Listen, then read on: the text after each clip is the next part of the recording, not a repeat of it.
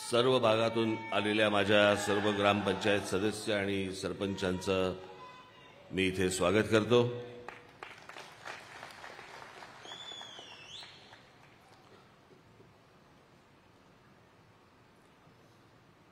मला याला उशीर झाला यापेक्षा मी खरं तर येऊच शकत नव्हतो। मला थोडंसं कालपासूनच थोडं संध्याकाळपासून थोडं फ्युरिश वाटत होतं आणि आता मी सकाळी जेव्हा उठल्यानंतर माझे डोळेच उघडत नव्हते। मला इतका अशक्तपणा, आत्ताही अशक्तपणाच आहे। मी बाळा नांदगावकरांशी बोलत होतो। मी म्हटलं पण तुम्ही इतक्या लांबून आलेला आहात, तुमचं दर्शन घेतल्याशिवाय मुंबईला परतणार नाही आणि म्हणून मी एक 5-10 मिनिटं तुमच्याशी बोलायला आलोय। बाकी सर्व मला असं वाटतं अनिल शिदोरे आहेत, राजू उंबरकर, आमचे अनेक लोकांनी तुम्हाला मार्गदर्शन केलं असेल। तुम्ही ज्या भागात राहता त्या भागात तुम्हाला काय केलं पाहिजे आणि काय करायला नाही पाहिजे हे काही सांगायची आवश्यकता नाही। अनेक गोष्टी तुम्हाला स्वानुभवातून पण समजतील, अनुभवातून पण समजतील।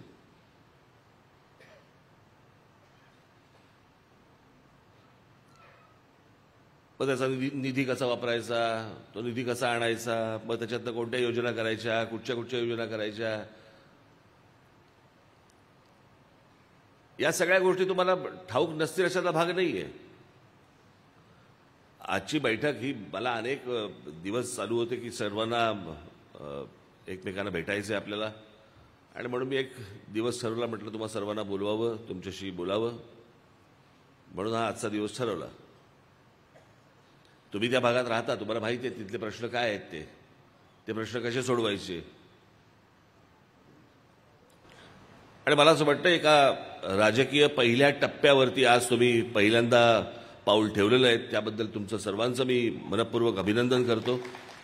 आज ग्रामपंचायती आहेत, उद्या जिल्हा परिषदा असतील, करत करत उद्या तुम्ही आमदार व्हाल, खासदार व्हाल।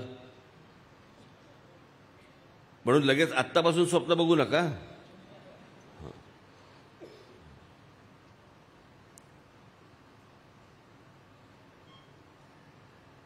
तुम्ही त्या भागामध्ये अनेक योजना आणाल, अनेक गोष्टी कराल, मला त्याची कल्पना आहे। अनेकांनी तुम्हाला अनेक विविध सूचना पण केल्या असतील। मला एकच सूचना करायची तुम्हाला, एकच, दुसरी काही सूचना करायची नाहीये। बाकी तुम्ही सर्व हुशार आहात, प्रामाणिक आहात, लोकांचे प्रश्न सोडवण्यासाठी उत्सुक आहात, इच्छुक आहात। मला तुम्हाला फक्त एवढंच सांगायचंय, गाव स्वच्छ ठेवा।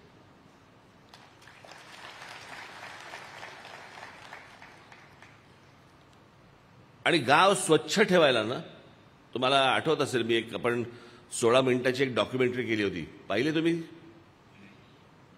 आपण महाराष्ट्राचा विकास आराखडा जेव्हा जाहीर केला त्यावेळेला एक 16 मिनिटाची डॉक्युमेंटरी केली होती। त्याच्यामध्ये मी हा मुद्दामून विषय आणला होता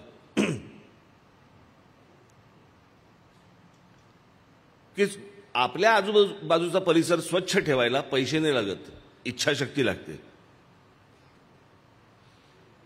आणि जेवढं तुम्ही गाव स्वच्छ ठेवाल, तुमच्या आजूबाजूचा परिसर जेवढा स्वच्छ ठेवाल, तेवढी रोगराईपासून तुमची मुक्ती होते। मला वाटलं पाहिजे, छान वाटलं पाहिजे मला गावामध्ये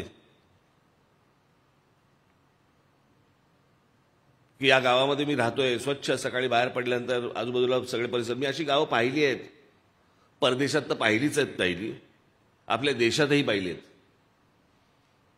पण आपल्या देशातली अनेक, मी गेले आता किती सक्रिय राजकारणामध्ये मला 89 सालापासून मी आलो, अनेकदा महाराष्ट्र फिरलो, उभा आडवा वाकडा तिकडा असा महाराष्ट्र फिरलो, अनेकदा फिरलो, अनेक गावात गेलो, अनेक तालुक्यांमध्ये गेलो। सगळ्या ठिकाणी मला जी काही दुरावस्था जी दिसली ती मला स्वच्छतेवरती दिसली। कुठेतरी काहीतरी सांडपाणी वाहतंय, त्याच्यातनं लहान मुलं फिरतायत, त्यातनं डुकरं पण फिरतायत, कचरा तिकडेच पडलेला आहे आणि त्या अस्वच्छ वातावरणामुळे तुमचं मन देखील अस्वच्छच व्हायला लागतं। तुम्हाला पण वाटायला लागतं की हे असंच आहे, असंच राहू देत, मरू देत।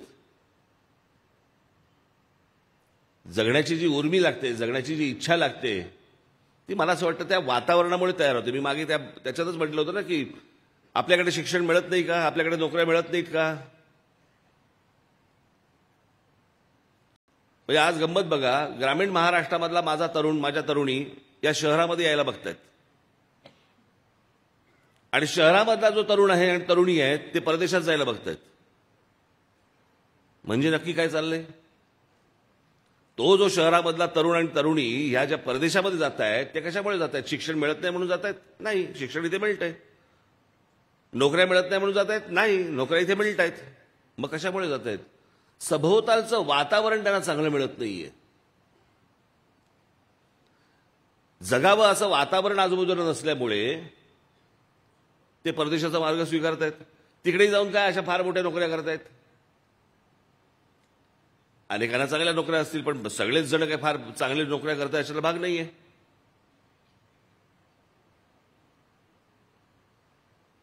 तर आत्ताच कुठतरी आला ना का पिक्चर डंकी, इथून तिथून लपून पळून जायचं, तिकडे परदेशामध्ये जायचं आणि तिकडे काय स्वीपर म्हणून काम करायचं. स्वीपर म्हणून काम तर इथे पण मिळतं. आजूबाजूचं वातावरण, मला असं वाटतं ते वातावरण गावातलं निर्माण करणं चांगलं, हे पहिला तुमचा अजेंडा असला पाहिजे. पहिलं काम ते असलं पाहिजे. त्या गावातल्या मुलाला काही नवीन गोष्टी सुचल्या पाहिजेत. ते वातावरण असं असलं पाहिजे की नवीन नवीन कल्पना सुचल्या पाहिजेत.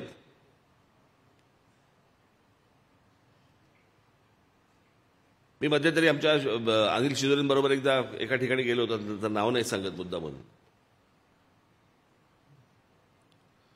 गावात लोड शेडिंग, पण लोड शेडिंगला पण काय अर्थ नाही. म्हणजे 48 तास पाणी तुमच्या वीज यायची नाही वगैरे वगैरे, असं मधून नाला, दोन बाजूने 2 घरं आणि वाईट अवस्था. त्या गावात एक मी टाकी पाहिली आणि मी विचार करत होतो की माझ्या शालेय जीवनामध्ये मी पहिल्यांदा पाहिलेला भ्रष्टाचारी ग्रामपंचायत, अत्यंत भ्रष्टाचारी ग्रामपंचायत मी शालेय जीवनामध्ये पाहिलेली ती म्हणजे रामगड ग्रामपंचायत. रामगड ग्रामपंचायत पाहिले तुम्ही? शोलेमधली पाहिले? त्या गावातला सर्वात श्रीमंत ठाकूर आहे ज्याच्या घरात लाईट नाहीये, पण त्या गावात टाकी आहे. त्या ठाकूरचा बाप चढवणार होता पाणी.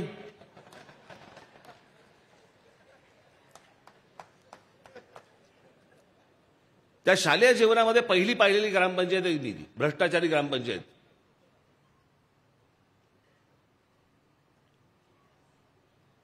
त्या गावात गेल्यावर मी जेव्हा ती टाकी पाहिली तेव्हा मला तीच आठवली रामगडची.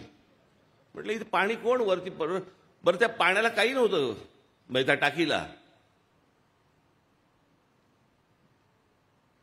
हे असल्या प्रकारच्या गोष्टी मला असं वाटतं माझ्या महाराष्ट्र सैनिकाकडनं, माझ्या महाराष्ट्र नवनिर्माण सेनेच्या कुठच्याही माणसाकडनं होता कामा नयेत.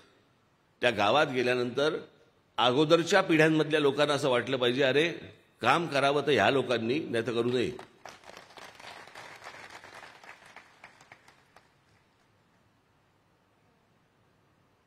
म्हणून मला तुम्हाला एवढंच सांगायचं आज या क्षणी, तुमचं गाव तुम्ही अत्यंत चांगलं ठेवा, स्वच्छ ठेवा.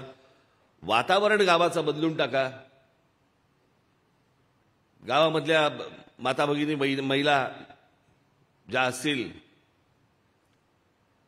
त्यांना राहावंसं वाटलं पाहिजे. तुम्हाला बोलवावंसं तरी वाटलं पाहिजे घरी की बाबा ये, बाबा चहा प्यायला तरी ये.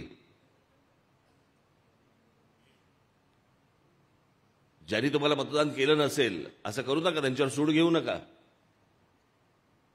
त्यांचीही कामं करा. त्यांनाही वाटलं पाहिजे अरे आपली चूक झाली, याच माणसाला मतदान करायला पाहिजे होतं. हे वातावरण ज्यावेळेला तुम्ही तयार कराल त्यावेळेला मला असं वाटतं तुम्हाला त्या भागातनं कोणीही घालवू शकत नाही. महाराष्ट्र नवनिर्माण सेनेचा झेंडा तिकडनं कोणीही उखडू शकत नाही.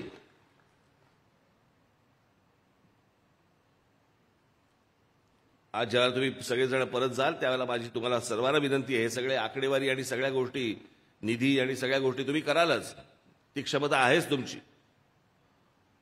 पण मला असं वाटतं त्या भागामध्ये तुम्ही गावामध्ये गेल्यानंतर तिथल्या पहिल्या नागरिकांची एक बैठक बोलवा आणि स्वच्छतेचे धडे कसे द्यायचे, स्वच्छ कसं ठेवायचं गाव, याच्या पहिल्यांदा त्यांच्याशी सगळ्यांची चर्चा करून घ्या आणि तुमचं गाव स्वच्छ ठेवा.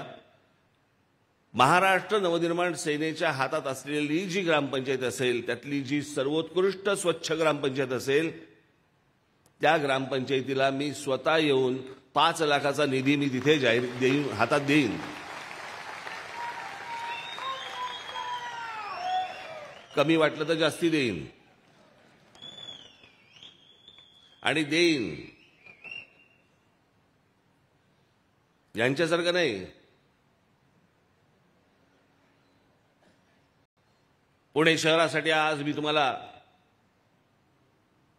50,000 कोटी रुपये मी जाहीर करत आहे. घंटा आहेत का हातात तुझ्या? उगा बुडबुडे फोडायचे, आपले काय वाटेल ते करायचं. जे तुमच्या आवाक्यात असेल, मला असं वाटतं त्या आवाक्यामधल्या सगळ्या गोष्टी करा आणि लोकांचे जे मतरूपाने आशीर्वाद मिळालेले आहेत ते कायमचे तुमच्या बरोबर ठेवा. लोकांना समाधानी करा. एवढीच फक्त मी तुम्हाला गोष्ट सांगण्यासाठी आज इकडे आलेलो आहे. तुम्ही आज इतक्या दूरवरून सर्वजण मला इथे आलात, भेटायला आलात, मला दर्शन दिलं, त्याबद्दल मी आपल्या मनापासून मी अत्यंत आभारी आहे. वेळ प्रसंगी आपण सतत भेटत राहू, बोलत राहू. जेव्हा तुम्हाला शक्य असेल त्यावेळेला घरी या, वेळ घेऊन या, नक्की भेटेन. धन्यवाद. जय हिंद, जय महाराष्ट्र.